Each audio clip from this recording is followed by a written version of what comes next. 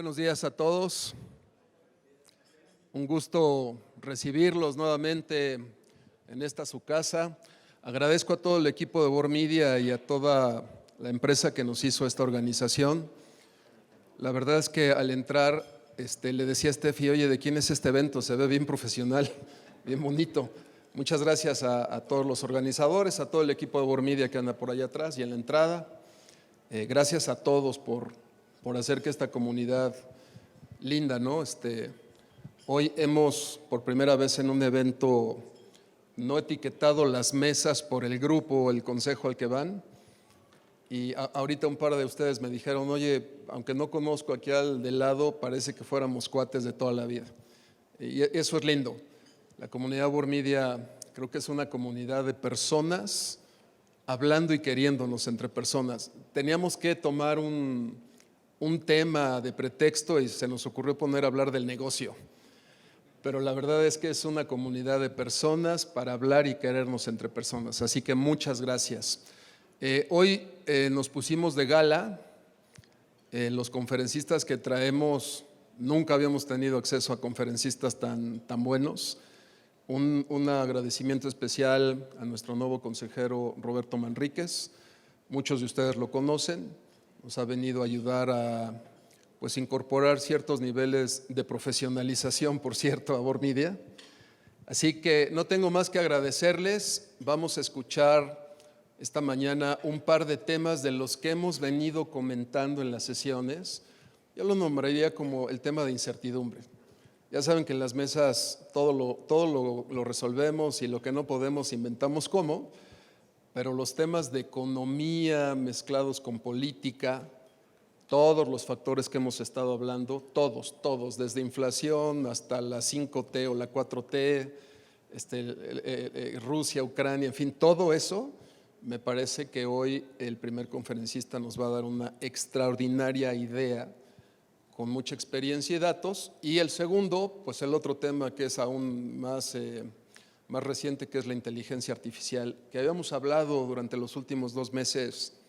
¿Qué hacíamos con eso? Y acordamos en las mesas de VorMedia dar un poco más de tiempo, a ver si para esta fecha ya los que hablan de eso ya saben qué va a pasar. Y como saben, pues no, todavía no.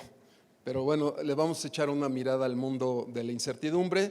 Le pediría a Roberto Manríquez que nos ayudara a hacer la presentación de nuestro amigo Eduardo Sojo. Eduardo, muchísimas gracias por venir a convivir con nosotros. Roberto, por favor, no tengo más que agradecerte. Ayúdame, por favor, a presentar a nuestro primer invitado. Y bueno, los dejo en qué mejor mano que la de Roberto. Me llamó la atención la descripción que pusieron allá en mi fotografía.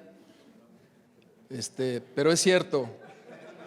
Yo dije, ¿qué me van a poner, fundador o alguna cosa así? Y me dijeron, no, eres el amigo de todos los presentes. Así que a sus órdenes, bienvenidos. Roberto, por favor. Gracias. Muy amable, Eduardo. Pues qué gusto estar aquí. Gracias.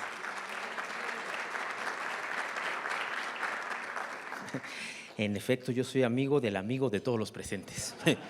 Lo pusieron muy bien. Pues muy buenos días. La verdad es que tengo el gusto ahora de presentar a un gran amigo de hace muchos años, que no me queda la menor duda de la enorme experiencia, de la enorme formación académica que tiene y de su enorme experiencia en el sector público, también en el sector privado, y que nos estará hablando hoy de un tema que sí va, creo yo, a cambiar la estructura productiva y económica de nuestro país. O sea, sí puede ser un antes o sí puede ser un después. Y el nivel de incertidumbre que hay con respecto a todo el tema del nearshoring creo que es un tema que hay que profundizar. Y qué mejor, me parece, que el doctor Eduardo Sojo, que comparta con nosotros lo que es propiamente el tema del nearshoring. El doctor Sojo es licenciado en Economía, tiene una maestría en Economía y un doctorado en Economía en Pensilvania. Ha sido profesor académico, actualmente inclusive compartimos un curso de economía en la Universidad Panamericana, ha escrito un par de libros, pero quizás de los aspectos más relevantes para el tema que abordaremos tiene que ver con, ha sido jefe de gabinete económico, ha sido secretario de Economía, que como ustedes, la Secretaría de Economía lleva consigo todo lo que es el comercio, el fomento industrial, la relación con empresas, la relación con otras industrias de otros países. Fue presidente del INEGI, en una etapa muy especial del INEGI, en el cual fue cuando por primera ocasión tuvo la autonomía el INEGI. Le tocó a Eduardo encabezar ese momento en la historia del INEGI tan relevante, en proyectos muy concretos del INEGI en esos momentos, como fue el censo, como fue el asumir la responsabilidad del cálculo de la inflación, etcétera, etcétera. Fue también director del Laboratorio de Políticas Públicas del CIDE, encargado de trabajar, entre otras cosas, con los estados en la planeación estratégica de los mismos, con los gobernadores y con el gabinete en pleno de cada uno de los estados. Recientemente ha estado trabajando con el estado de Guanajuato, con el estado de Querétaro. De hecho, le agradecemos mucho que haya abierto un espacio en su agenda, puesto que esta semana estaba trabajando en toda la planeación del estado de Querétaro hacia los próximos años también. Y actualmente es presidente de la Fundación Novagov, una fundación que va a proyectar entre el sector público, privado, la academia, aquello que fuera junto con la tecnología, aspectos de interés con relación a las empresas, al gobierno, al sector público. No les quito más el tiempo. Le agradezco mucho a Eduardo, el doctor Sojo, que esté con nosotros, y le pediría de favor al amigo del amigo del amigo que pueda que suba. Muchas gracias, Eduardo, muy amable.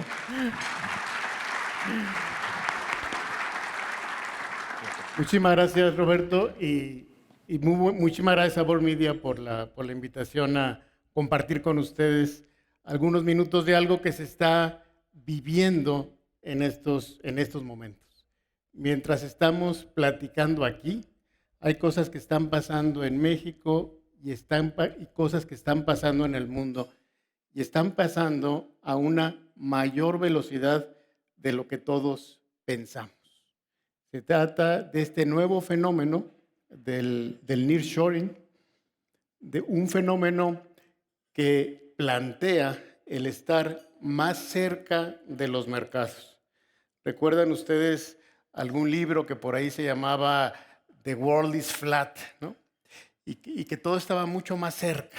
Bueno, es ese mundo donde las empresas buscaban producir en aquellos países que tuvieran un menor costo, ha ido pasando a un mundo donde las empresas están privilegiando la seguridad y la cercanía con los mercados.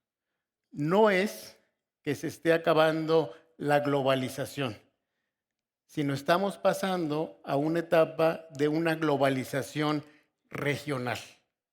Y esa globalización regional, a quien beneficia, evidentemente, es a quien está más cerca de los mercados, y más aún a aquellos países que tienen acuerdos comerciales con los países más grandes del globo. Y ese país es México. Lo que está pasando en estos momentos verdaderamente puede ser una enorme transformación para nuestro país. La conferencia así se llama, el nearshoring. Y puse una frase de un consultor de McKinsey que dice, podría ser la década de México. Y algunos piensan que incluso no estamos hablando de una década, estamos hablando de algo más que una década. Estamos hablando de una transformación tan importante como la que nos pasó cuando se firmó el Tratado de Libre Comercio de América del Norte. De eso estamos hablando. Así son las expectativas de lo que le puede pasar a México en el futuro, evidentemente, si nos ponemos las pilas. Se trata de una reevaluación de la geografía y la geopolítica en el comercio internacional. Ya no aquella etapa donde el mundo era plano, the world is flat, no, se trata de una mayor regionalización de la economía. El offshoring representaba una estrategia para optimizar costos, producir en aquellos países donde fuera más económico producir. Éramos nosotros uno de los países, pero muchos otros países en Asia también tenían menores costos que nosotros. Pero hoy todo se está reconfigurando con un enfoque de confiabilidad en el abasto. Todo este tema de la pandemia puso a reflexionar a las empresas sobre cuál debería ser su estrategia. Si producir en aquellos países de menor costo o en aquellos países que fueran más confiables, ¿no? Y eso es lo que está pasando, tener la producción más cerca del mercado, la diversificación de proveedores y tener menos dependencia de China. Lo que está pasando en el comercio entre China y Estados Unidos, nadie lo hubiera previsto. El tamaño de pérdida de mercado entre China y Estados Unidos, ningún pronosticador lo había pensado así. Está cambiando verdaderamente, bajando mucho la penetración de China en los Estados Unidos. Y recuerdan que antes la estrategia era el just in time, ¿no? Vamos a producir casi en línea, ¿no? Y hay algunas fábricas, por ejemplo, la que yo conocí hace mucho tiempo en Valencia, creo que era de la Ford, donde tenían a los proveedores al lado y las partes llegaban directamente a la línea de producción a través de túneles. Así era la fábrica que tenían en Valencia, y hoy en México, por cierto, tenemos una, y está en mi estado, y es una fábrica de Toyota que está así. Los proveedores están al lado y las partes llegan directamente por unos túneles, de tal forma que ni siquiera pueden tener inventario. Pero este just in time está pasando al just in case. Todo lo de la pandemia hizo reflexionar a muchas de las empresas que tenían que tener ciertos grados incluso de inventario para poder reaccionar ante eventos que pudieran pasar en el mundo, en la economía, y así minimizar riesgos, ¿no? Y ese es el nearshoring. Y eso México puede resultar ampliamente beneficiado. Esta es una frase de Mónica Aspe que creo que aplica mucho a lo que nos puede estar pasando en nuestro país. Y dice: el momento para el cual nos hemos diligentemente preparado en las últimas 3 décadas, a través de la liberalización del comercio, ha finalmente llegado. Todo lo que hemos hecho a partir de la apertura económica, a partir del Tratado de Libre Comercio con Estados Unidos y Canadá, y a través de los otros tratados que hemos llevado a cabo, a través de las reformas estructurales, ha llegado. Es el momento, dice Mónica Aspe, de capitalizar todo eso que hemos hecho. O sea, de ese tamaño es la oportunidad que puede tener nuestro país si nos ponemos las pilas. Puede ser verdaderamente un cambio estructural muy relevante.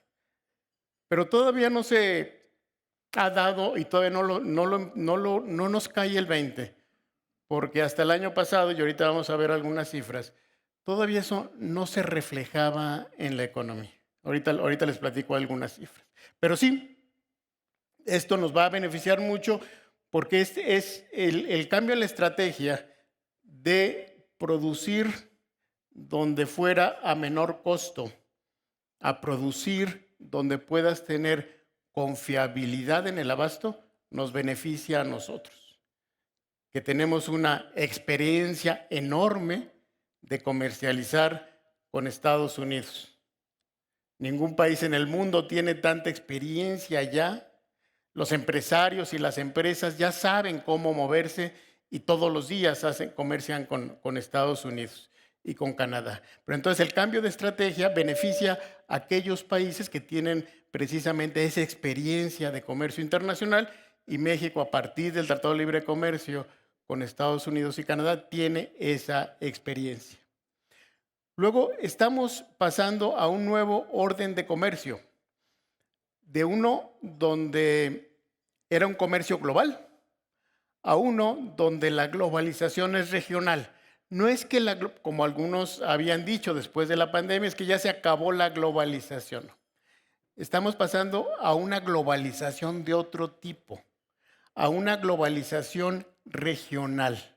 Hoy los países se están reestructurando en bloques y nosotros tenemos la fortuna de estar en el bloque donde tenemos a uno de los mayores economías del mundo, ¿no?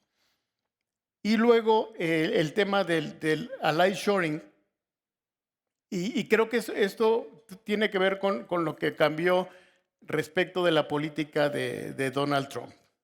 ¿Recuerdan cómo Trump buscaba que las empresas regresaran a Estados Unidos? Incluso hubo inversiones que se quedaron a medias. ¿Recuerdan una inversión que se iba a realizar en San Luis Potosí? Me parece que era de la Ford y ya estaba todo preparado para que llegara esa inversión. Llegó Trump y empezó a decir no, toda la inversión a Estados Unidos. Cuando sale Trump y llega el presidente Biden, empieza a cambiar la política comercial de Estados Unidos y se empieza a hablar de los aliados estratégicos. Y algo que quizás no hemos visto con toda su importancia en México, pero se señala, por ejemplo, que van a tener beneficios todos los autos eléctricos, no que se produzcan en Estados Unidos, sino que se produzcan en América del Norte. El presidente Biden tiene una concepción de la economía que nos une a los mexicanos. Ya no es solo la visión de Donald Trump. Esperemos que si ahora vienen elecciones en Estados Unidos, vamos a ver cómo nos pega esa incertidumbre. Pero este tema de ally shoring, de aliarnos con nuestros socios comerciales, creo que también nos beneficia de manera muy importante. Segundo, experiencia probada. O sea, ya las exportaciones, México es el principal exportador a los Estados Unidos. ¿Qué mayor experiencia? ¿Qué país tiene mayor experiencia en verdaderamente encontrar la forma de penetrar los mercados, de producir, de comercializar, de trasladar las mercancías que México? Todos sabemos que tenemos cuellos de botella, todos sabemos que tenemos problemas, pero no hay ningún otro país que haya tenido tanta experiencia para exportar a los Estados Unidos de lo que tenemos nosotros. Tenemos conocimiento, tenemos logística, tenemos la regulación, el Tratado de Libre Comercio, que nos permite entonces aprovechar todo este tema de lo que va a pasar en México, en América del Norte. Y segundo, diferencias demográficas, que son muy relevantes en la producción. Y cuando hablamos de diferencias demográficas, piensen ustedes que la mediana de la población, en el caso de nuestro país, es 29 años. 50% tienen menos de 29 años y 50% tenemos más de 29 años. Si ustedes comparan esa estadística, en el caso de Estados Unidos, es 39.5 años. Y si comparan esa estadística con Canadá, Canadá es 40 años. O sea, la mediana de la población. Es decir, tenemos nosotros una ventaja demográfica terriblemente importante para el mundo que se viene en los próximos años. Todos estos elementos, la experiencia probada de penetrar a el mercado de Estados Unidos, que no tiene ningún otro país. Y eso significa regulación, significa pasar por aduanas, significa transporte, muchas cosas que a lo largo de todo este tiempo hemos adquirido. Tenemos además, como les decía, la experiencia, las diferencias demográficas. No hay nadie que esté mejor preparado para aprovechar esta nueva etapa del comercio internacional que nuestro país. Pero todavía eso no nos cae el 20 porque no se estaba reflejando en nuestras estadísticas. Y ahorita vamos a ver algunas de estas estadísticas.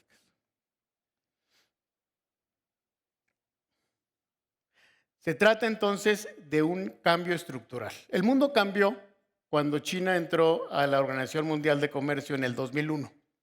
En el 2001 fue cuando China entró a la OMC y empezó a convertirse en la fábrica del mundo. Y empezó muchas de las empresas empezaron a producir en China, no solo para venderle a ese gran mercado, sino para de ahí venderle a muchos otros países. Fue una nueva era en la globalización. Eso fue hace 20 y tantos años. Eso que pasó ahora se está regresando a otra consideración y en esa consideración no es que China va a dejar de jugar un papel importante, pero sí va a dejar de jugar un papel importante en nuestro mercado, en nuestra región, en el mercado de América del Norte. Y eso está pasando más rápido de lo que cualquier pronosticador hubiera anticipado. Lo que dicen los expertos es que esto va a cambiar la forma en la que las empresas obtienen sus materias primas, dónde producen y cómo envían sus productos a los consumidores. Es un cambio, se habla mucho del cambio, un cambio coyuntural de corto plazo o de un cambio estructural. Yo creo que lo que estamos viendo en estos momentos es un cambio estructural. Es un cambio, todos debemos de pensar cómo esto nos va a afectar en nuestros negocios, en nuestra vida diaria, pero de que hay un cambio estructural es claro. China, ahorita vamos a ver unas estadísticas, había perdido mercado en los Estados Unidos 5.1 puntos porcentuales del mercado de Estados Unidos. Tan solo en este año perdió otros 3.2 puntos de su mercado. Es verdaderamente un cambio sorprendente que se debe evidentemente a las dificultades que tienen entre China y los Estados Unidos, ¿no? Le están subiendo los aranceles para poder entrar a ese mercado. Y por tanto es un cambio estructural. Pero todavía verdaderamente no nos cae el 20. Yo digo, todavía incluso no nos cae el 20 de lo que esto significa para México. Pero están cambiando las cosas más rápidamente de lo que todo mundo pensaba. Hasta el año pasado, sí, México se estaba beneficiando, pero no tanto. Fíjense lo que dice ahí, esto es cuando se tienen todas las estadísticas de comercio exterior del mundo, lo que se veía hasta el 2022. En el 2018, las importaciones estadounidenses desde China representaban el 21.6% del total. O sea, 1 de cada 5 pesos de importación venía de China. Ese es un mercado gigantesco, ¿no? Todo lo que estaba produciendo en China. Y para 2022 este porcentaje ya había bajado 16.5%.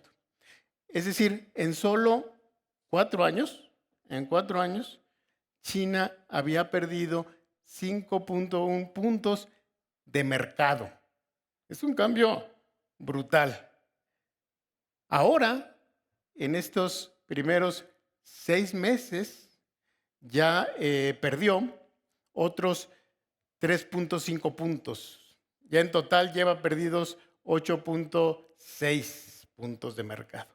En 6 meses, en lo que va de este año, perdió ese porcentaje de mercado. O sea, imagínense en las empresas que ustedes representan, en las que ustedes viven y desarrollan sus actividades. En solo 6 meses perdió ese porcentaje de mercado en el 2023, que es un mundo de oportunidades para los países que compiten con esas importaciones que llevaba Estados Unidos. Si me ayudan con la siguiente, por favor. Este es lo que sucedía hasta el 2022. Entonces vean cómo Vietnam había ganado 1.9 puntos del mercado en las importaciones de Estados Unidos. Y le seguía Taiwán con 1, Canadá 1, Corea 0 puntos. Y en nosotros, que estamos al lado, que producimos a menor costo, entre el 2018 y el 2022, solo habíamos ganado 0.6 puntos del mercado de Estados Unidos. Y yo creo que por eso no nos ha caído, o quizás no nos había caído el 20, de la importancia de este concepto del nearshoring, de producir cerca de los mercados. Porque no se estaba reflejando, o se estaba reflejando verdaderamente poco. Los países que habían ganado terreno, que habían ganado mercado en el mercado de Estados Unidos eran Vietnam, Taiwán, Canadá, Corea, Tailandia y luego México. O sea, México solo 0.6 puntos del mercado. Entonces, casi ni se hablaba, o cuando se hablaba, yo creo que no se dimensionaba la oportunidad. Me parece que rápidamente están cambiando las cosas. Este 0.6 puntos del mercado que habíamos ganado del mercado de Estados Unidos entre el 2018 y el 2022, en solo estos 6 meses de 2023, ya es 2.1%. Es decir, en 6 meses de este 2023 ya ganamos mercado en 1.5 puntos porcentuales en este año del mercado de los Estados Unidos. No sé qué haya pasado en estos 6 meses con Vietnam o con Taiwán, pero lo que yo supongo es que ya está regresando la normalidad. Si se desplaza China de los Estados Unidos, ¿quién es el principal socio para poder llegar a ese mercado? Pues somos nosotros. Y por eso están viendo que las empresas extranjeras empiezan a llegar a México a buscar dónde invertir. En mi estado, en Guanajuato, los que a esto se dedican a atraer inversión extranjera, lo que me dicen es que no habían visto en los últimos 25 años un interés mayor por invertir en México que lo que están viendo ahorita. No habían recibido tantas visitas de empresas extranjeras a buscar dónde invertir. Los que se dedican a los parques industriales están incrementando su inversión, la ampliación de sus parques industriales, como no lo habíamos visto en el pasado. Hay algo que está sucediendo mientras estamos aquí desayunando allá afuera que va verdaderamente a transformar muchas regiones de nuestro país. Pero no lo habíamos visto, no solo porque cuando veíamos el comercio exterior, pues solo habíamos ganado 0.6 puntos de mercado. Y cuando veíamos el crecimiento porcentual de la inversión extranjera directa, pues menos. Decíamos, bueno, entre el 2022 y el 2018, solo la inversión extranjera se había incrementado en 3.5 puntos porcentuales.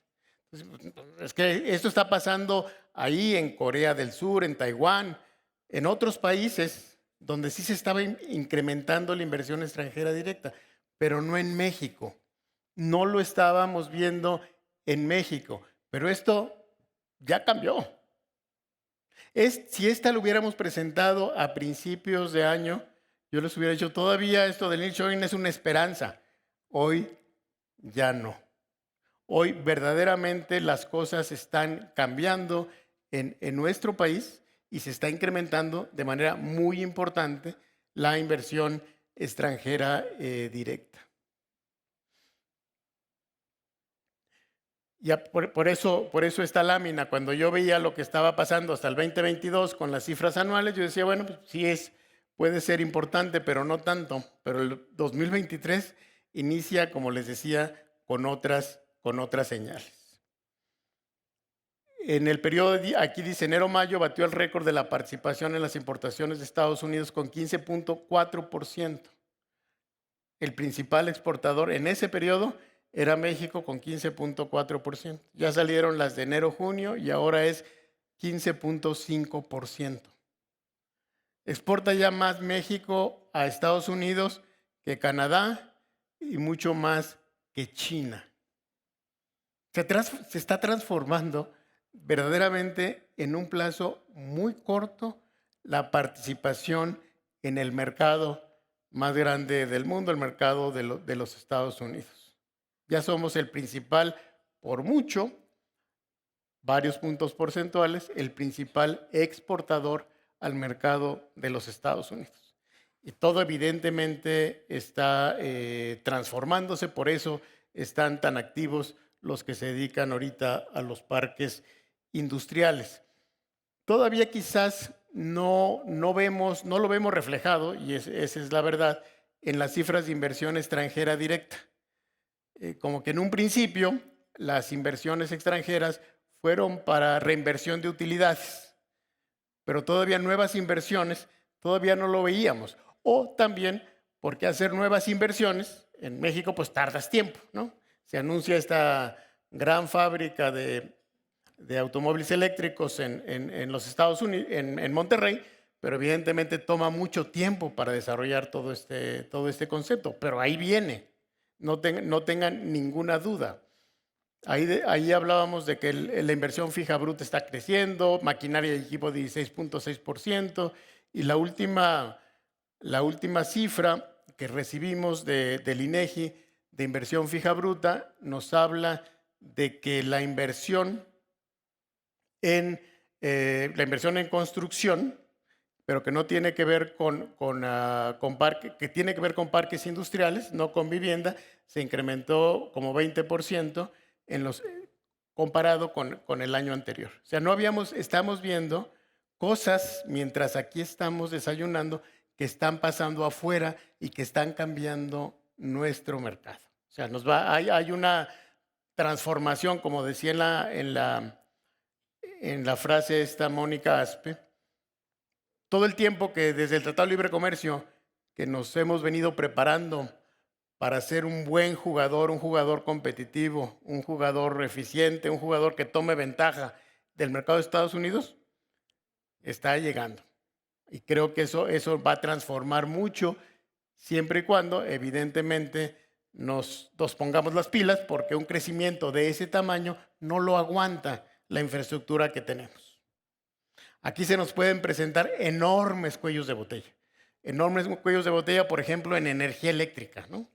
En las líneas de transmisión, para soportar ese crecimiento. Se nos pueden presentar cuellos de botella en las autopistas. O sea, hay autopistas verdaderamente congestionadas, ya no caben los camiones.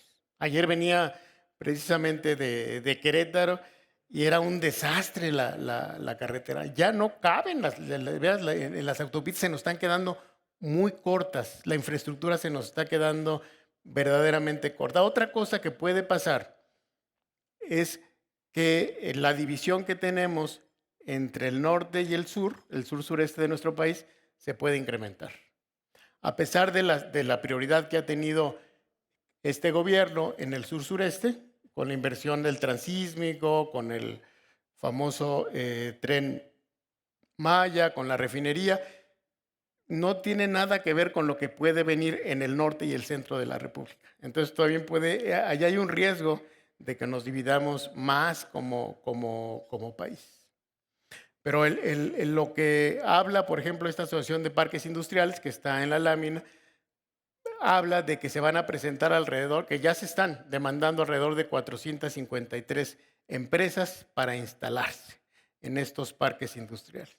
Y estas 453 empresas que llegan, evidentemente demandan servicios y empiezan a reactivar la economía. Y a ratito vamos a hablar cómo eso impacta en las variables económicas. ¿Por qué no estamos aprovechando el nearshoring todo lo que deberíamos. Y a lo mejor en esto todavía me estoy quedando en el pasado. Fíjense, esta es una lámina que habla precisamente del cómo los países tienen potencial para aprovechar esta nueva etapa del mundo, que le denominan el nearshoring. Y vean, el primer país, el país que tiene más capacidad para aprovechar estas ventajas, sale ahí Vietnam. La primera línea, la azulita, tiene que ver con los costos de mano de obra.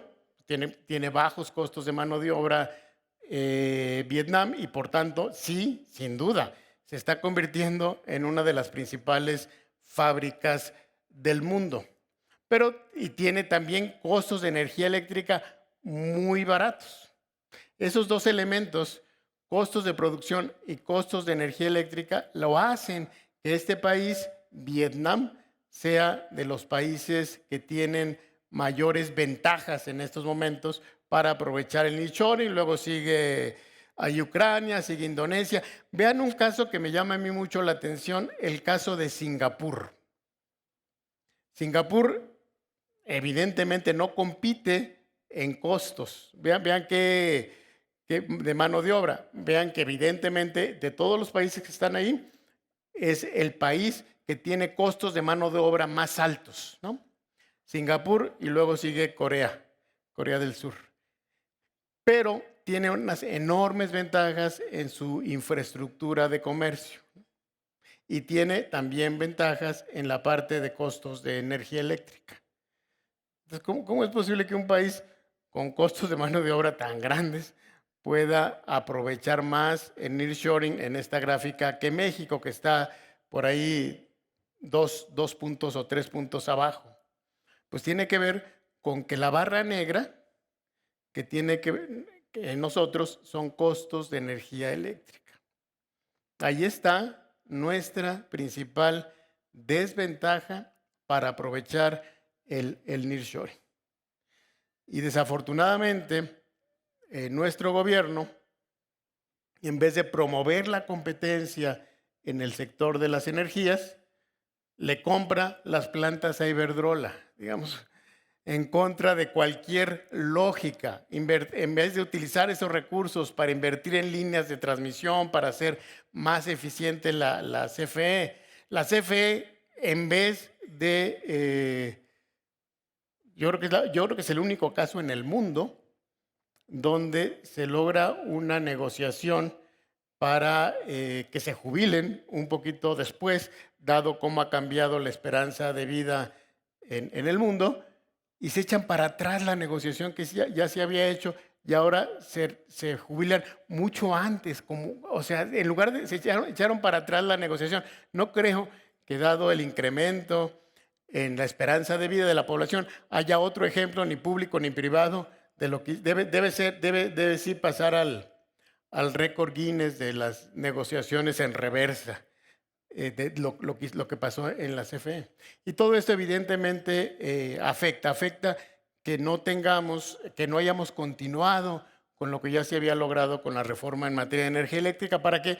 Para tener menores costos de energía eléctrica. México no tiene costos muy elevados de energía eléctrica y eso limita grandemente sus posibilidades. Y luego la parte amarilla, que tiene que ver con la apertura. Ahí evidentemente sí somos competitivos. Hemos sido un país muy abierto al comercio exterior desde que hicimos el Tratado de Libre Comercio. Pero si no nos ponemos las pilas, yo creo, en los próximos años en materia de infraestructura, vamos a desaprovechar esta enorme oportunidad.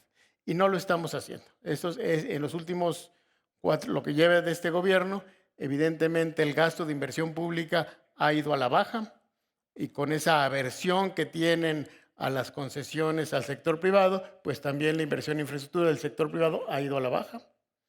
Están invirtiendo todos los recursos de infraestructura, todos los recursos que cancelaron el aeropuerto, hicieron un nuevo aeropuerto, y además con el agregado, no solo que el nuevo aeropuerto que hicieron tiene una capacidad de utilización muy baja, sino que además le estamos pagando a los que ya habían invertido en el aeropuerto anterior.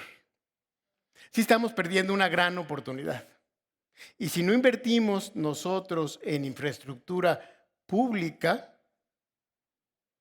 carreteras, puertos, aeropuertos, líneas eléctricas, líneas de transmisión de gas, pues no vamos a aprovechar la oportunidad que les comentaba hace un momento en toda su extensión. Por supuesto que va a cambiar México, pero si no nos ponemos las pilas, no vamos a aprovechar la oportunidad que ahorita verdaderamente se nos presenta.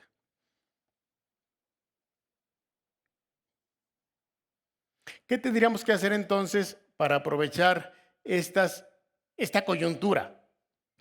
Es una coyuntura donde México, me atrevería a decir, es el país mejor preparado del mundo para aprovechar la coyuntura del nearshoring, simplemente porque somos vecinos del país que importa más productos, que comercializa más. Somos un país que ya está acostumbrado a la exportación, que tenemos un tratado de libre comercio que da certidumbre a las inversiones y al comercio. No hay otro país del mundo que tenga en los años que se vienen, más oportunidades que nosotros. ¿Y qué podemos hacer para no quedarnos atrás?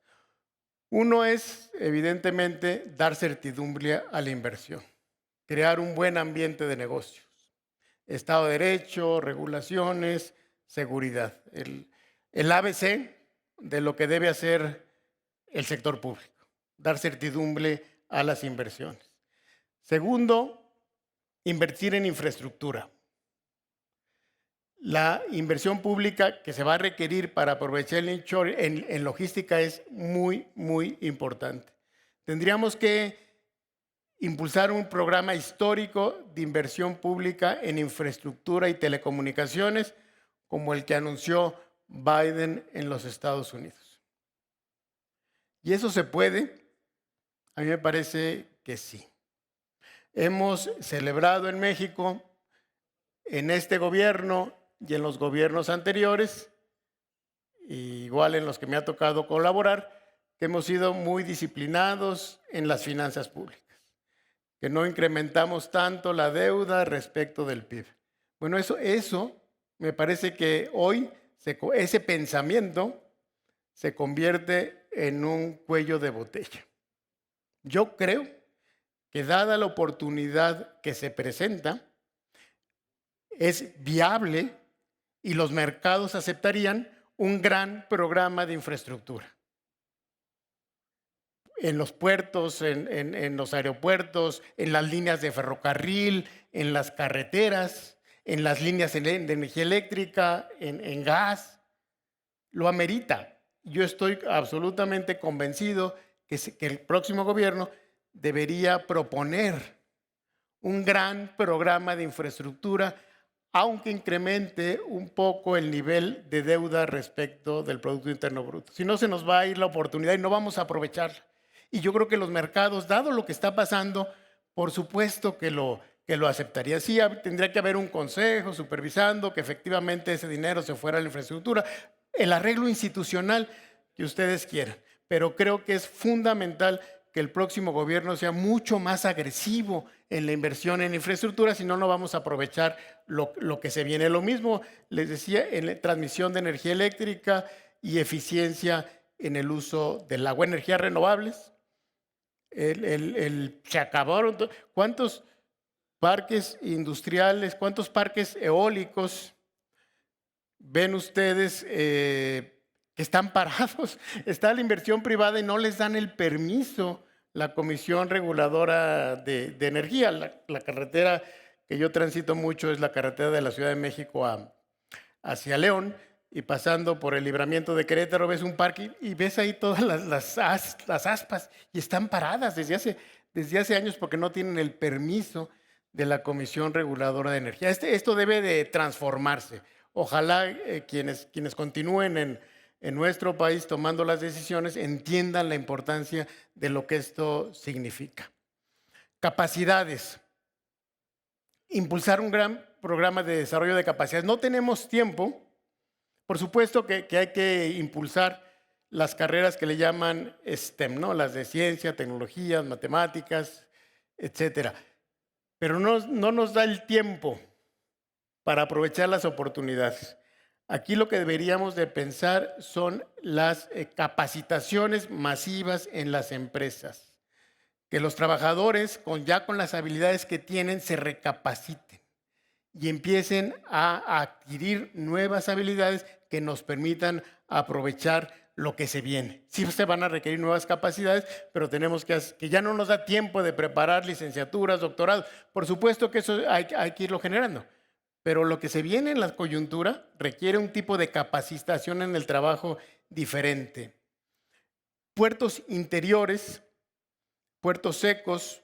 Yo no sé si ustedes conozcan el puerto interior en Guanajuato, pero ese puerto interior se empezó a planear allá por el 1998, 99, y hoy allí encuentran empresas de 17 países, ya son cerca de 20,000 empleos formales ahí, tecnológicos. Allá adentro hay hospitales, allá adentro hay hoteles, allá adentro hay universidades. Está una del Politécnico con 3,000 estudiantes, y esos estudiantes están directamente en las empresas.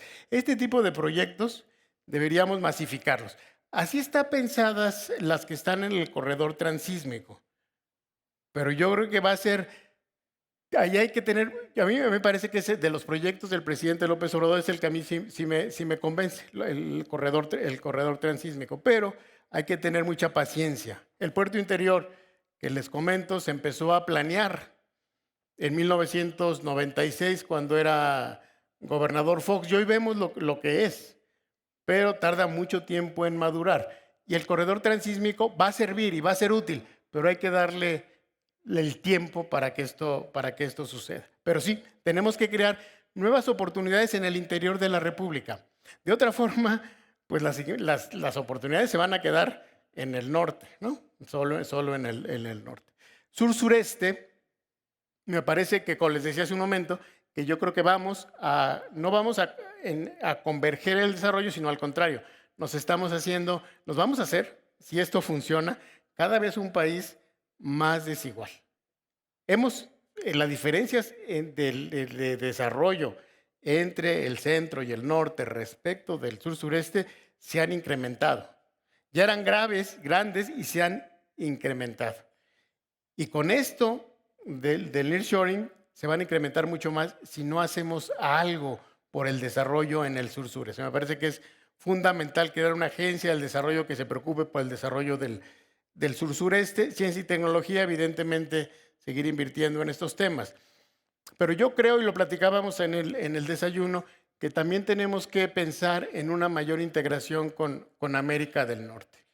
Hay que hacer, por ejemplo, temas como el preclearance, ¿no? que se buscaba mucho hace tiempo, donde los productos puedan pasar aduanas en territorio mexicano y se sigan ya sin pararse en la frontera, porque la frontera se está convirtiendo en un cuello de botella importante, ¿no? Que de aquí directamente pasen hacia los Estados Unidos. Yo creo que es fundamental el preclearance, y se ha negociado con Estados Unidos, pero no se ha logrado hacer. Con esta oportunidad de que viene del nearshoring, es la oportunidad para sentarnos con Estados Unidos y hacer ese proceso. Normas espejo, que tengamos las mismas normas en México y en Estados Unidos para que sea mucho más fácil la comercialización de los productos. Deberían ser, en mi opinión, normas de América del Norte, ¿no? No tener unas normas aquí, otras allá, y tener que producir con ciertas normas para el mercado mexicano y otras normas. Tengamos las mismas normas. Y luego acumulación de origen. Porque yo creo, y platicábamos en el desayuno sobre una industria muy cercana yo soy de León, Guanajuato, entonces muy cercana ahora sí que hasta mi familia.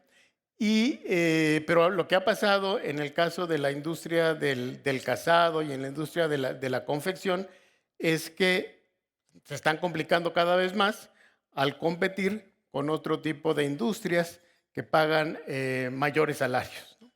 Entonces, lo que creo que en el futuro va a venir, y si dijera yo esto en mi tierra me colgarían, pero yo creo que lo que va a venir es que cierto tipo de industrias deben empezarse a ir hacia Centroamérica y promover la acumulación de origen. Es decir, ciertos procesos pueden hacerse en Centroamérica y ser terminados en México y que se permite y que no pierdan las ventajas de entrar al mercado de América del Norte. Creo que este tipo de cosas tenemos que pensarlas en la nueva etapa que se viene. La nueva etapa que se viene no va a ser igual. Entonces, el gobierno y los candidatos, al parecer candidatas o candidatos que vengan para el siguiente sexenio, tienen que empezar a pensar fuera de la caja, fuera de lo que tradicionalmente hemos pensado, si efectivamente queremos aprovechar lo que se viene. Y algo terriblemente importante al que no le hemos puesto atención: incrementar el contenido nacional de las exportaciones. Hay algo que salió de la OCDE y dice lo siguiente: un smartphone requiere, por ejemplo, códigos de computadora de Francia, chips semiconductores de Singapur, metales preciosos de Bolivia y diseño gráfico de Estados Unidos, y finalmente el producto final puede ser ensamblado en China. Las estadísticas tradicionales atribuirían el 100% del iPhone a China, mientras que un enfoque de valor agregado muestra que en China en realidad solo retiene alrededor del 4% del valor total del iPhone. Y eso también nos pasa a nosotros. Nosotros decimos que somos los principales exportadores de celulares, por ejemplo, ¿no? Y pues, ¿cuándo le agregamos nada más prácticamente la mano de obra, ¿no? Son más bien los coreanos y los chinos donde importamos y nos convertimos nosotros nada más en ensambladores, ¿no? Entonces, sí necesitamos incrementar el contenido nacional de nuestras exportaciones. Y esto lo empieza a medir la OCDE. Este es el dato de la OCDE y es el porcentaje de valor internacional que se incorpora en las exportaciones. Y ustedes ven, por ejemplo, la línea de arriba es el caso de México. Somos el país del mundo que menos contenido nacional incorpora en sus exportaciones. O visto como está en la gráfica, el que incorpora mayor contenido externo en sus exportaciones. O sea, no estamos incorporando mucho valor agregado a nuestras exportaciones, ¿no? Y de manera bien importante lo que está pasando ahí. Por tanto, ese es un tema. Si realmente queremos aprovechar las oportunidades que se vienen, necesitamos incrementar. Esta es la misma, pero ahí compara los países. El contenido externo de las exportaciones en México es cerca de la mitad. O sea, cerca de la mitad de lo que somos unos exportadores buenísimos, pero cerca de la mitad de lo que exportamos viene de fuera. Evidentemente los iPhones y muchos productos electrónicos tienen un porcentaje muy elevado de componente externo. Vean, Estados Unidos, nosotros andamos arriba del 45%. Lo que exporta a Estados Unidos, el componente externo de lo que exporta a Estados Unidos es solo 15%. Eso significa que el impacto de las exportaciones de Estados Unidos se quedan en Estados Unidos. Y nosotros compartimos el éxito exportador con muchos países, no todo se queda en México. Entonces sí tenemos que tener una estrategia muy importante. Si queremos aprovechar lo que viene, necesitamos ponernos las pilas y tener un contenido mayor de las exportaciones. Y ahorita les doy algunos otros ejemplos. Esto lo calcula el INEGI y vean, me voy hasta el lado derecho de la gráfica y dice valor agregado de las exportaciones de manufactura global. Y dice 20%, suman el valor agregado bruto y el contenido nacional, y eso es lo que nos da. Estamos agregando muy poco valor en México. Estamos incorporando muchos productos importados en las exportaciones que hacemos nosotros, de tal forma que ahí hay algo que es muy importante. Sí, lo empezamos a medir desde el 2003, y en el 2003 el contenido nacional, o sea, lo que se iba en nuestras exportaciones, tanto como insumos como mano de obra, eran 39%. Y hemos incrementado en todos estos años solo al 45%. Y es más, desde el 2015 nos estancamos. Me parece que ahí se nos olvidó la política económica de buscar vincular a las empresas exportadoras con los proveedores nacionales o atraer proveedores de esas mismas empresas, ¿no? Ayer se anunció una inversión, 800 millones de pesos, algo así, de una acerera de Monterrey que se va a instalar precisamente en la fábrica de Toyota, que les platicaba hace un rato. Y ese es el tipo de cosas que deberíamos estar haciendo. En lugar de importar acero, incorporar empresas nacionales y darle mayor valor agregado a nuestros productos. Esta es lo que importábamos. Les pido una disculpa, el dato que ven ahí donde dice 2018 es 2003, cuando empezamos a medir esto. Y fíjense, la fabricación de automóviles y camiones, el valor de lo que nosotros en México incorporábamos a las exportaciones de automóviles y camiones era de 64%, y ahora estamos nada más agregando el 57%.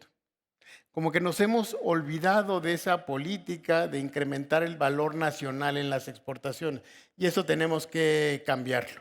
En la fabricación de partes para automóviles, en todos estos años, prácticamente desde el 2003 al 2022, prácticamente 20 años, solo hemos incorporado del 18% al 28%. Y aquí está la mano de obra y los insumos. Entonces, nos falta una política pública para incrementar el contenido nacional de nuestras exportaciones. Aquí viene componentes electrónicos, que es vean, por ejemplo, fabricación de audio y video. Somos grandes exportadores de televisiones y equipos de audio y video, pero lo que incorporamos de contenido nacional en esas exportaciones es solo 19%, y bajó del 34% que teníamos, como les dijo, en el 2003. Fabricación de computadoras y equipos periféricos. Pues somos muy buenos exportadores de computadoras, pero ¿cuánto hay ahí de contenido nacional? 21%. Casi todos son componentes importados que aquí ensamblamos.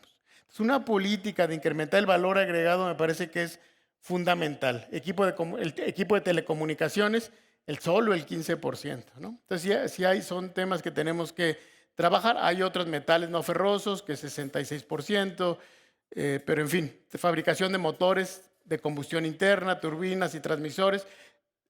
En el 2003, el contenido nacional era 45.8%, hoy es 40%. O sea, en muchos de estos temas se nos ha olvidado la política industrial de incrementar el contenido nacional para que efectivamente tengamos mucho mayor impacto en la economía nacional de todo este proceso de globalización. Y esto tiene que estar ahí presente con lo que viene del nearshoring. Tiene que estar presente para que el impacto en la sociedad, en el bienestar de los mexicanos, esté presente. Yo diría, con nosotros, sin nosotros o a pesar de nosotros, el nearshoring nos va a ayudar a incrementar las exportaciones, las inversiones y el empleo. No obstante, si aprovechamos esta oportunidad histórica, México podría convertirse en uno de los hubs más importantes del mundo para producir y comercializar. Puse aquí la nueva Corea, porque Corea nos rebasó en el desarrollo rápidamente. Nosotros podríamos convertirnos en la nueva Corea si aprovechamos esta nueva coyuntura. Y la economía de México, sin duda, tendría un punto de inflexión. Fíjense, hay algunos que ya están calculando de qué tamaño sería ese cambio. Una ganancia potencial de 35,000 millones de dólares en las exportaciones de bienes y servicios. Esa sería claramente una ganancia. Tendríamos una ganancia en la inversión extranjera directa. La inversión extranjera directa en nuestro país es de alrededor de 30,000 millones de dólares. A veces llega a 35, pero entre 35 y 30,000 millones de dólares en los últimos años. Podría dar un salto. Estas son estimaciones del Consejo de Empresas Globales a 50,000 millones de dólares. O sea, verdaderamente el impacto que esto podría tener en nuestra economía y en todos los sectores es muy importante. En el crecimiento. Nosotros en los últimos 25 años, pues la tasa de crecimiento promedio ha sido del 2%.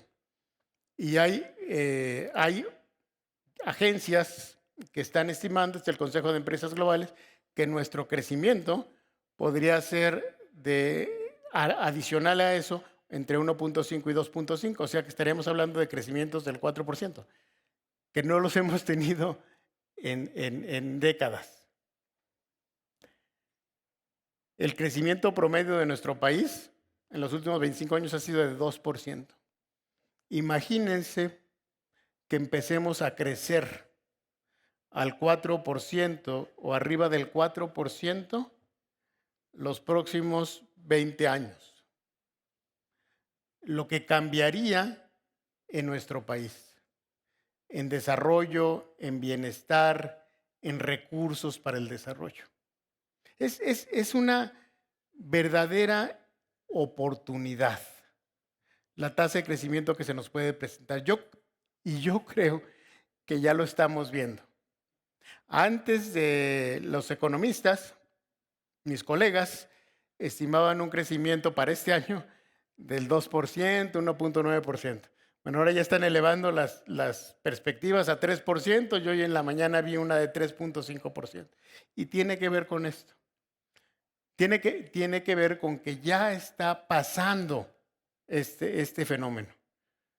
No se veía claramente en el 2022, en el 2023 está claramente pasando el fenómeno y ya está impactando a nuestra economía. Y ustedes, comentábamos en el desayuno, hay lugares de la República donde ya tienen limitaciones para contratar trabajadores, porque ya está pasando este fenómeno, pero puede transformar el bienestar de nuestra nación si verdaderamente lo aprovechamos. Y por supuesto también en el empleo se estiman que se podrían generar entre 2 y 4 millones de empleos adicionales de aquí al 2030. Estas son las perspectivas ahorita de los economistas. Entonces están hablando de empleos como de 650,000, 630,000. Yo desde que me meto a los análisis económicos, siempre la aspiración es que México generara 1 millón de empleos, porque esto es lo que se estimaba, que iba creciendo la población económicamente activa. Ahorita, con el crecimiento que hemos tenido ya en la juventud, se estima que deberíamos de generar entre 1.100.000, 1.200.000 empleos, 1.200.000, si se emplearan, digamos, en el sector formal, se generan las oportunidades. Esto puede pasar. Verdaderamente, el sueño de generación de empleos que hemos tenido en toda esta generación puede pasar. Si aprovechamos bien esta nueva oportunidad que tenemos. El impacto sería sobre todo la economía, pero hay sectores específicos que serían más beneficiados. Empresas vinculadas a cadenas globales de valor. Todos los que ya están vinculados a cadenas globales de valor van a tener grandes oportunidades en los próximos años. Segundo, la construcción de parques y naves industriales. Ya los que se dedican a este tema están señalando nuevas inversiones en el norte y centro de la República, porque ya no hay espacio y lo que es por lo que se viene. Y entonces esa es por supuesto, una gran oportunidad. Servicios financieros y de transporte de mercancías. Aquí los que se dedican a los camiones de carga están ya incrementando la fabricación de los pedidos, digamos, de camiones, y ahí su principal limitante ahorita son los operadores. Turismo de negocios y servicios relacionados con las empresas, limpieza, seguridad, alimentación, traducción. O sea, la derrama evidentemente va a todos, pero esto es una oportunidad que se viene. No todo es oportunidad, también es desafíos, y ahorita los comento. Si las expectativas anteriores se materializan, el impacto sobre las variables financieras podría ser de la siguiente manera. 1, inflación más resistente a bajar por cuellos de botella. Dicen que, por ejemplo, en los parques industriales está creciendo el costo por metro cuadrado en 20%. Y así se va a venir. Porque si esto se da, sí se van a presentar cuellos de botella y eso evidentemente va a subir los precios y entonces nos vamos a quedar, yo creo, allá arriba del 5% y no va a bajar la inflación como todos esperamos. El Banco de México tendrá que hacer su tarea, pero no creo que baje tanto la inflación y por tanto las tasas de interés se van a mantener un poco al alza. Tasa de interés consistente con el objetivo de bajar la inflación y las expectativas de inflación y por tanto lo que les decía, yo creo que las tasas de interés sí, es más, yo les diría que el Banco de México debería aprovechar ahorita para bajar la tasa de interés porque en el futuro le va a ser muy difícil. ¿Por qué? Por estas circunstancias. Y segundo, lo platicábamos en el desayuno, un peso fuerte. Nadie que yo haya, no que yo haya sabido, pero todos somos lectores de pronósticos económicos, nadie había anticipado que tuviéramos un tipo de cambio como el que tenemos ahorita.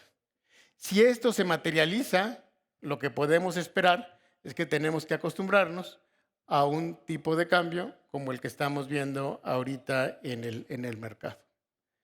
Estas son los pronósticos de la encuesta de expectativas de especialistas en economía del Banco de México.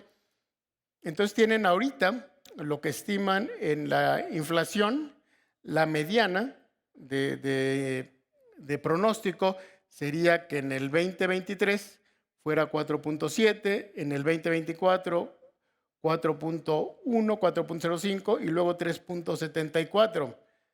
Yo creo que si esto pasa, nos vamos a ir más hacia los máximos, inclusive arriba de los máximos, porque se van a presentar cuellos de botella naturales con todo esto. Y se va a incrementar los costos de la mano de obra y se van a incrementar el costo de los parques industriales. Natural, porque puede venirse una enorme demanda si esto que estamos platicando se materializa. Entonces, quedarnos más bien hacia los máximos. Tipo de cambio, aquí tienen el mínimo, es 16.70, 24, 16.50, 2025, 18. Si esto se materializa, lo que les estoy platicando, pues el tipo de cambio se mantendría más bien por los mínimos. Si tenemos toda esa entrada masiva de dólares por inversión extranjera directa y por exportaciones. Ese es un poco lo que uno esperaría. Y la tasa de fondeo bancario, la tasa de interés, yo creo que no podría bajar, dado que va a haber mucha demanda. No va a bajar porque va a haber mucha inflación, la inflación va a estar más alta que el objetivo del Banco de México y se va a mantener arriba. Entonces, si esto que le estoy platicando se materializa, se va a incrementar el nivel de bienestar de nuestro país, vamos a tener mayor crecimiento económico, vamos a tener mayores empleos, pero sí se nos van a presentar algún tipo de circunstancias en los mercados financieros con una inflación que no ceda y tasas de interés más elevadas y un tipo de cambio fuerte. Ese es un poco lo que se puede prever en el futuro. yo lo que siento es que si el Tratado de Libre Comercio fue una oportunidad para nuestra generación, esto del nearshoring puede ser la esperanza y la oportunidad para las nuevas generaciones. Pero ustedes tienen la respuesta. Muchísimas gracias por su atención. Bien.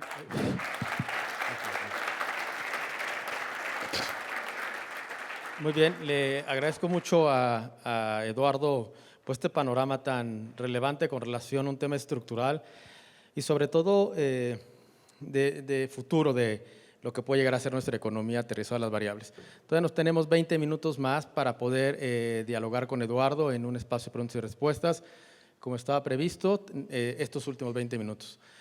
Bueno, pues si quieren levantar la mano, les irán pasando el micrófono y gracias, Eduardo. Pues si quieres se la paso a Alejandro Krugman de una vez. Que además ahorita que conversamos, nos conocimos hace algunos años.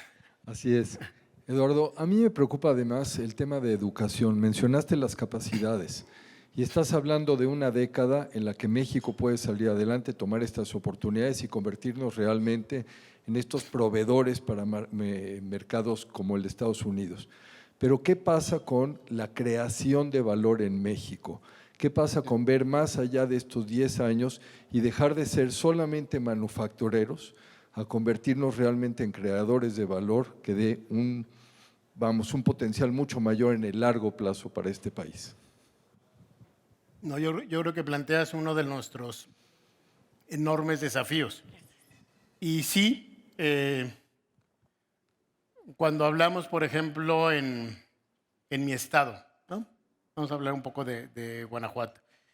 Y lo que ves ahí, lo que les decía hace un momento, en el puerto interior, pues son las empresas extranjeras. O está la General Motors, está la Toyota, está la Mazda, está la Honda, están los motores de Volkswagen. Pero ¿dónde están las empresas nacionales proveedoras de esas grandes cadenas, ¿no? Yo creo que eso nos ha faltado para poder entonces convertirnos en un país, ¿no?, donde no solo estemos maquilando con tecnología extranjera, ¿no? Creo que ahí está uno de los grandes desafíos, algo que me parece en esta administración se vino hacia abajo, fue todo el impulso a la ciencia, la tecnología y a la investigación. En los países, digamos, más desarrollados, invierten en ciencia, tecnología e innovación el 2, el 3, el 4% de su Producto Interno Bruto. En nuestro caso, estábamos invirtiendo el 0.4, 0.5% y bajó al 0.35%. O sea, verdaderamente no le estamos apostando al desarrollo de la ciencia y la tecnología, y ese debe ser el principal desafío. Y el principal desafío yo creo que vendría de las nuevas generaciones.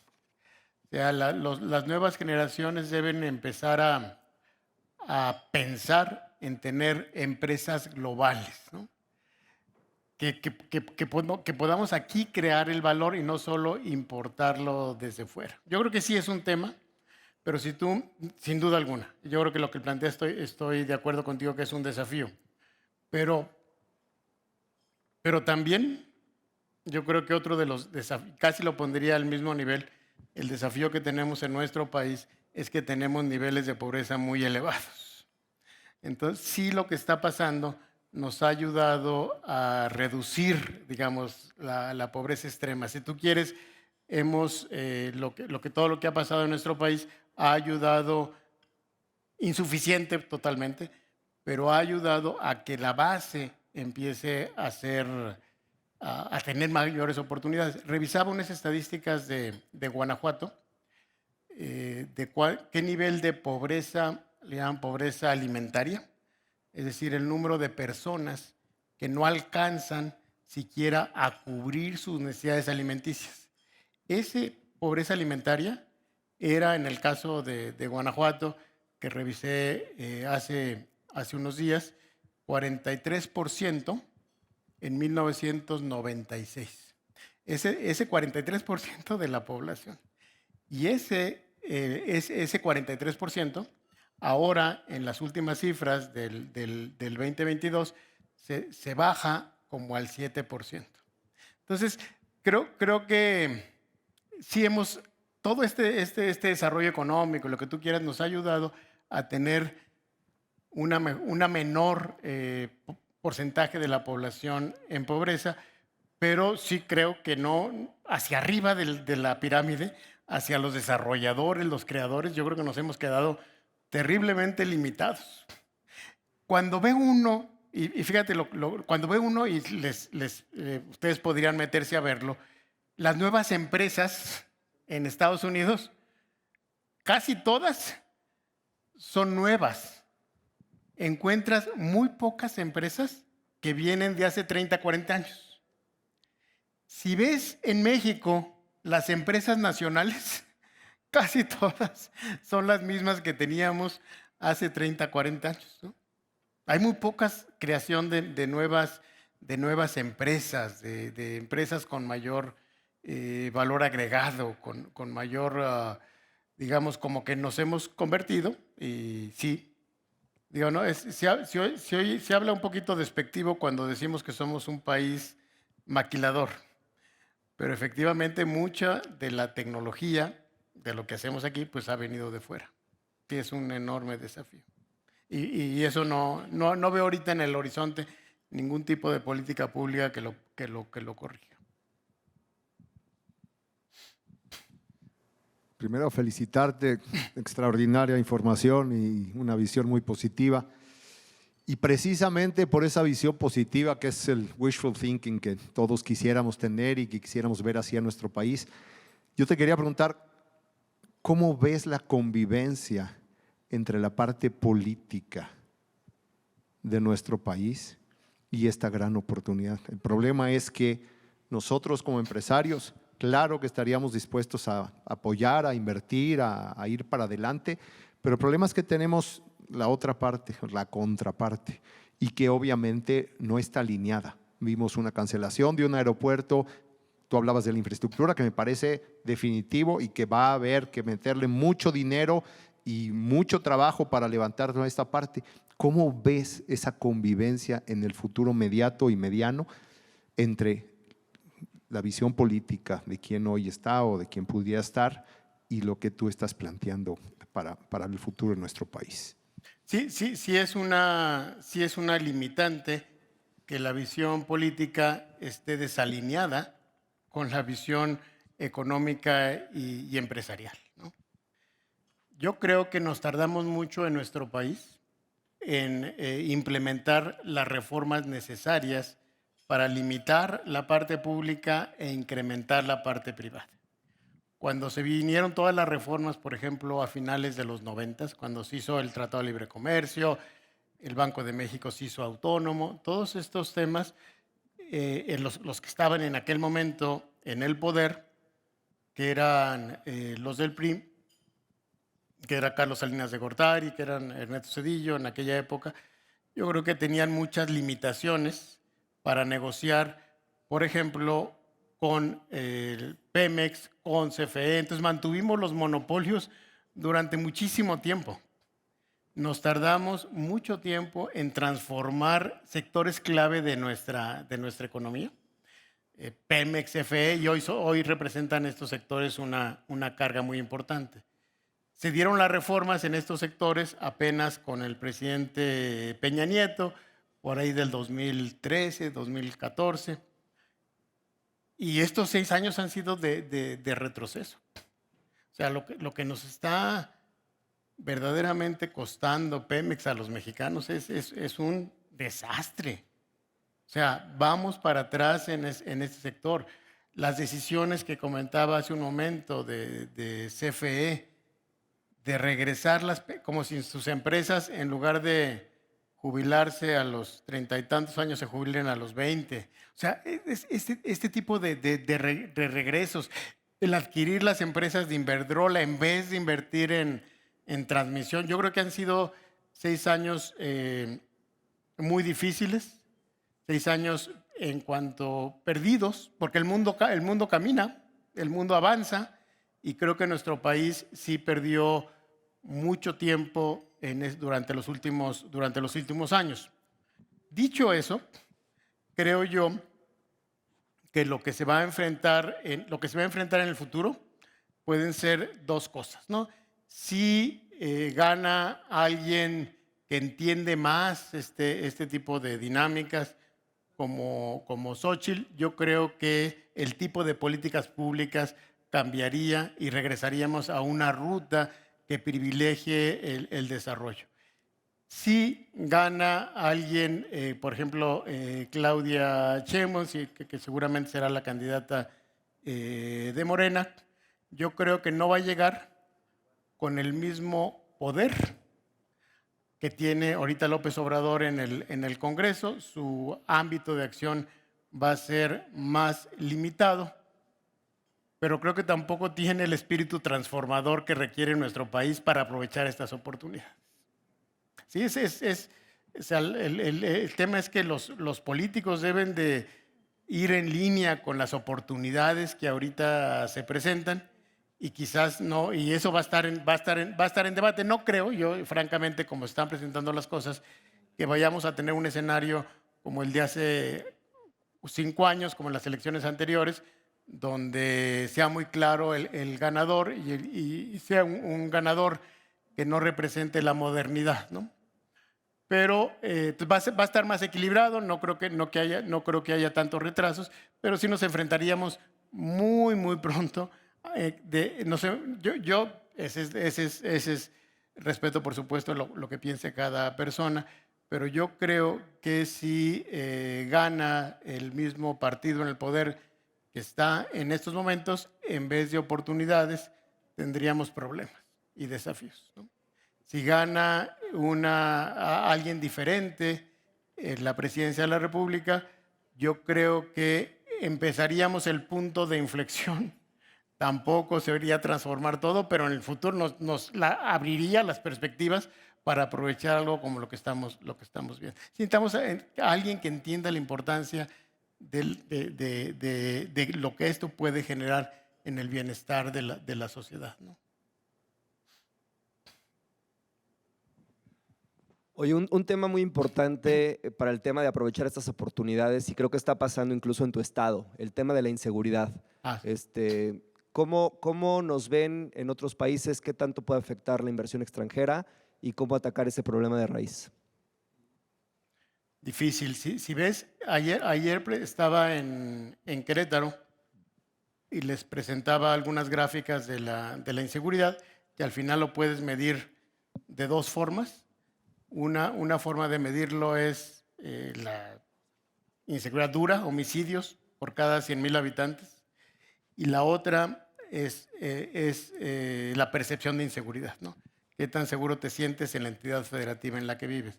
Y en las dos estadísticas estamos hasta arriba. En la encuesta de qué tan seguro te sientes en la entidad federativa en la que vives, el promedio nacional es 76%. 3 de cada 4 nos sentimos inseguros en la entidad federativa en la que vivimos, ¿no? Y la tasa de homicidios llegó a 7 homicidios por cada 100,000 habitantes. Eso era en el 2007, y ahorita se nos disparó a 25, tres o cuatro veces más. Yo lo que creo es que nos dejamos mucho tiempo de atender, dejamos crecer la inseguridad. Entonces mucha gente se acostumbró a vivir del delito. Y ahora, ¿cómo recuperar esos espacios, ¿no? En el caso de mi estado, el caso de, por ejemplo, Celaya, el caso de Irapuato, el caso de Salamanca, por más Guardia Nacional, por más presencia de las guardias nacionales, pues no hay cambios en esas circunstancias, porque la gente está acostumbrada a vivir y a extorsionar y a hacerse de recursos a partir del delito. Evidentemente no creo que exista ahorita una política de seguridad que nos dé una mejor perspectiva. Por ejemplo, y vaya que le ha invertido este gobierno en la creación de la Guardia Nacional. No sé, el objetivo de la política de este gobierno era reducir la inseguridad, los homicidios por cada 100,000 habitantes al 50% en 3 años, en los primeros 3 años de la administración. Hace unas mañaneras, algunas mañaneras en estos días estábamos celebrando que bajamos 10%, creo, en los 4 años. O sea, verdaderamente, a pesar de la inversión.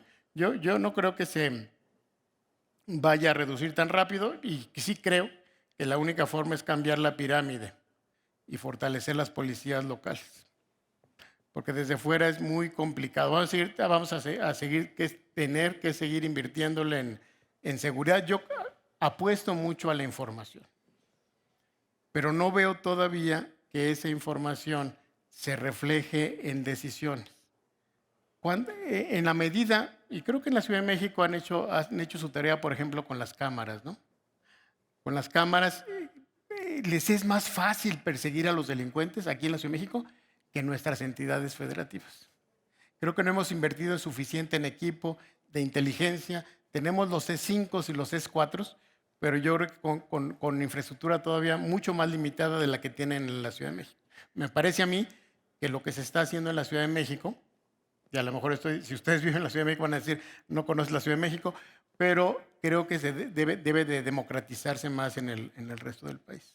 Más tecnología, más cámaras y más fortalecimiento de las policías locales, que aquí sí están fortalecidas, ¿no? Muy bien. Bueno, gracias, Eduardo. Nada más, con el ánimo de respetar la agenda y los tiempos de tuyos y de todos los presentes, pues no me queda nada más que agradecerte pues, la presencia con nosotros, con todos los socios de Board Media, participantes de este evento, y pues darle las gracias a todos por su presencia, a ti, Eduardo, y pues nada, irnos a un receso de 30 minutos. Nada más déjenme decirles, Sí. terminar, porque si nos metemos ahorita a los temas difíciles de inseguridad, de cientología. El panorama pinta mucho mejor de lo que pintaba hace muy poco tiempo. O sea, yo creo que es una oportunidad que tiene México y que debemos aprovechar en los próximos años. Y muchísimas gracias por su atención.